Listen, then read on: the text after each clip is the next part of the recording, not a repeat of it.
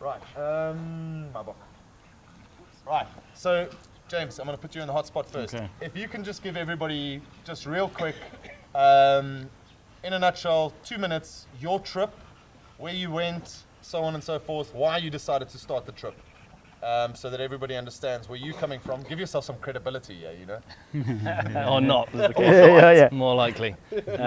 Okay, so probably about 5 years ago, before she was my wife, my now wife and I were talking about things that we'd like to do, continents we hadn't really explored, ways in which we'd like to explore them. And we both agreed that having a car gives you that bit of extra freedom, and neither of us had really seen much of Africa. Plus, it's kind of the best place to go in a car.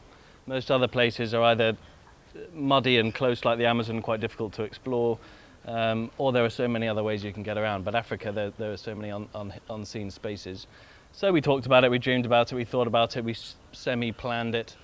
And then for our wedding presents, we were given activities around Africa, which was kind of good on the same wavelength. We suddenly had to do it because there was no backing out.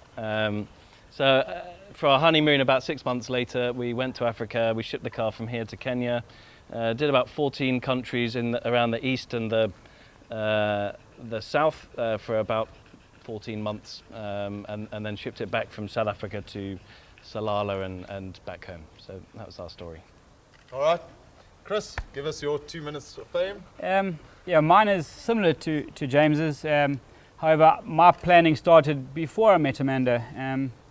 Sort of come from a very camping background, as most of you would know.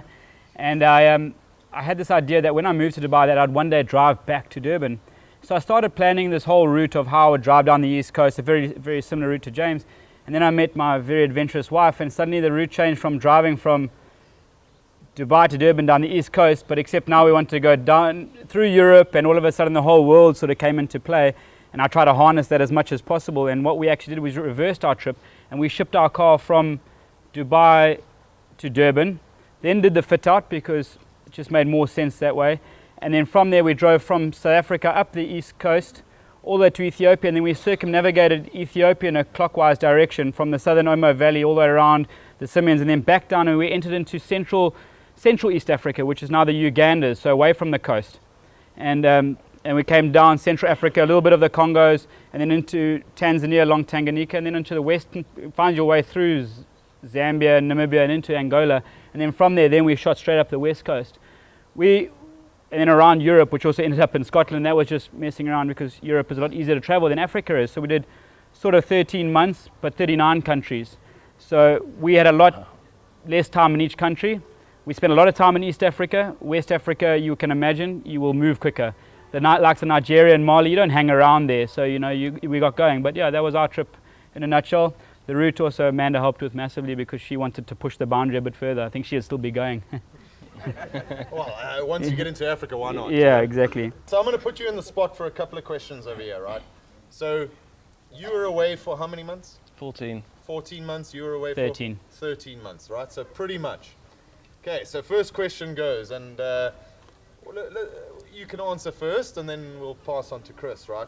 So most people overpack. When did you realize that you had too much gear in your vehicle, and what did you get rid of? Yeah, that's a tricky one. Interestingly, it was me, not Mira, my wife, who overpacked. I guess I just, in so many occasions, have been into places where it's like, I wish I had this thing, I wish I had that thing. And so I just thought, well, I'm just going to have to stick it all in. It fits, fine. Yeah. But yeah, pretty much day 2 in Africa, we were like, okay, we've got too much. Yeah? And we were just trying to invite people out, and every time they came, we just shipped them back with a massive suitcase. I mean, I had things like a linen suit and a pith helmet, which of course you need for Africa. And yeah. Exactly. I think we realized we were slightly heavier than we should be when my wife, who was watching an elephant for the first time driving when she should have actually been focusing the road, hit a pothole so hard that the back box and the gas bottle nearly landed on my lap. We actually snapped the front end of the roof rack. And so that's when we started realizing we were a little bit too heavy. Okay. And at that point, we started realizing where we needed to drop some weight. Okay. Well, So it's all a similar thing. Look, I don't think you're the only people that have ever done this. Everybody overpacks and then realizes it. Right. So moving on. So, what are the 3 most important gadgets in your vehicle besides your tent and your fridge? Give us one. High lift. High lift jack.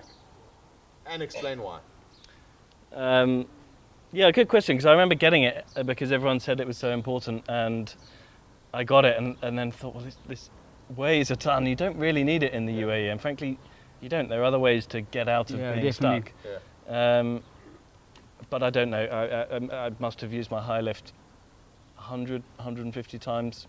I had a lot of problems on the car, but nothing else could have lifted it in the places where I needed to lift it.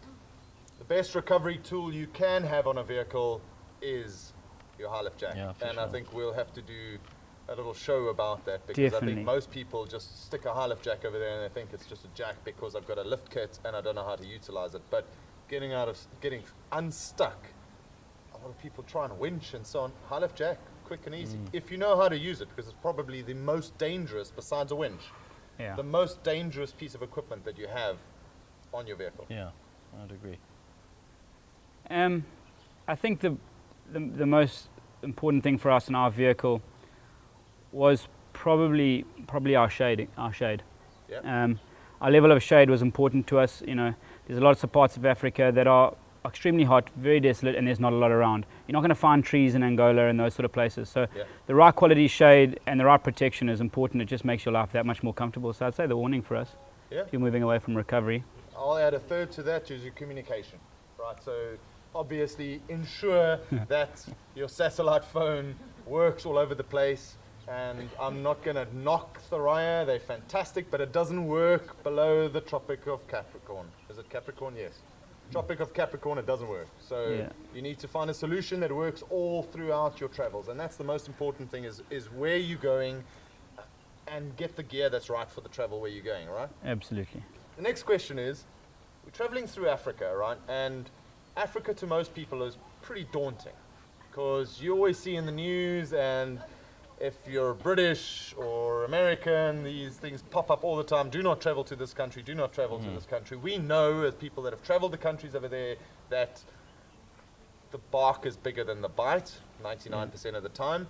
But the question is, how did you deal with the populated cities where you had to stop to replenish with supplies? You can't stop outside. You have to go into a city every now and then you're filling up. That's where the good meat is, that's where the good ice is, whatever the case may be. So, Chris, let's start off with you first. I think you hit the nail on the head there. Africa is daunting, but you will actually find that the certain parts of Africa, look, I'm not saying all of them, but the majority of them are the most friendly places you've ever actually come across. And they take to the likes of us so warmly that once you start getting into your trip, you actually start feeling a lot more safer as you get going, and you actually want to stay longer. Look, in a lot of the cities, it's at that point that you do need a break from your car. For Amanda and I, that's when we found ourselves staying in that 1 night or 2 nights in a hotel to recover, or we would stay in lodging that we could find, because we would need to get our batteries back up to 100% because we were always sitting there. So for us, our protection was that when we got into the city, we would spend 1 or 2 nights in those lodges, in those cities, in hotels that we knew were secure. Look, the likes of West Africa, you had no choice. When you got into Lagos and all those places, you were hotel bound. You knew the hotel, you'd done your research, you lock yourself up safely and you stay there. Yeah. But the East African side, I don't think I never felt at risk. I don't know if you felt the same way. I mean, I didn't have that issue. We didn't have that issue, I don't think, in East. Yeah. Yeah, I mean, there were some places, not necessarily in the cities, where we didn't feel entirely safe. But then we never really had any issues, and when we did go into the cities, we always researched, and there was always somewhere where we could keep the car securely. Yeah. We normally stayed in the tent because our budget was a bit tight, and we found that the bed in the tent was more comfortable than any bed we can afford outside the tent. And the bed bugs. We had this problem. Yeah. But it wasn't too bad. So what I'd add to that is, if you are traveling through Africa and you are stopping in these cities, it is it's important to have one person stay at the vehicle while you go inside. You can pay a little bit of money for the kids that are running around and they look after your vehicle and you do, but it's unfortunate that there are some cities in Africa right now that the people have understood that there's great camera gear in there and it's a smash and grab. It's nothing that's going to hurt you, but a smash and grab and I'll lose your camera just for that time. So it's important just to keep eyes on your vehicle. If you're going into a shopping center, one person goes in, don't draw any attention to yourself. So I would add that to it. Yeah, and then keep things out of sight, you know. For our vehicle, we only had the 2 front windows and obviously the windscreen. The rest was a complete blackout. And so things that aren't able to see are generally left alone. Yeah. And that's it, episode 1 of Overland Q&A. Please leave your comments below. We're welcoming all comments. Keep the questions coming in. Next week, we're inviting the ladies and we're going to get some input from the ladies on how they take care of certain things like privacy and cooking and so on and so forth. I did a lot more up until Kenya.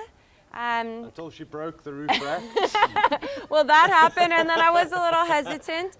We will invite more experts to the show and answer your questions. So keep them coming. Sean@expeditionextreme.com and we will start answering your questions as of the 3rd episode. Thanks for the support and we'll catch you next week, Tuesday.